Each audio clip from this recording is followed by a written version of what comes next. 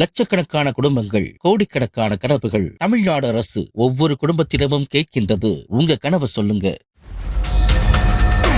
கோவை சரவணம்பட்டியில் உள்ள கேஜி கல்லூரியில் தன்னை காதலிக்க மறுத்த முதலாம் ஆண்டு மாணவியை கத்தியால் குத்திவிட்டு தப்பியோடிய முதலாம் ஆண்டு மாணவனை காவல்துறையினர் தேடி வருகிறார்கள். இந்த தாக்குதலில் படுகாயமடைந்த மாணவி மருத்துவமனையில் அனுமதிக்கப்பட்டிருக்கிறார்.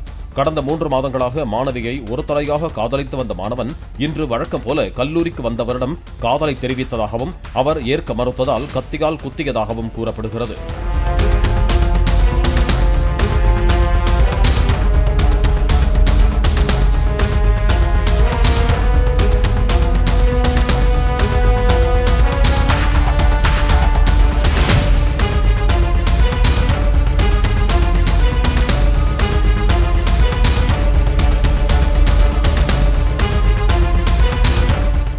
லட்சக்கணக்கான குடும்பங்கள், கோடிக்கணக்கான கனவுகள். தமிழ்நாடு அரசு ஒவ்வொரு குடும்பத்திடமும் கேட்கின்றது, உங்க கனவை சொல்லுங்க.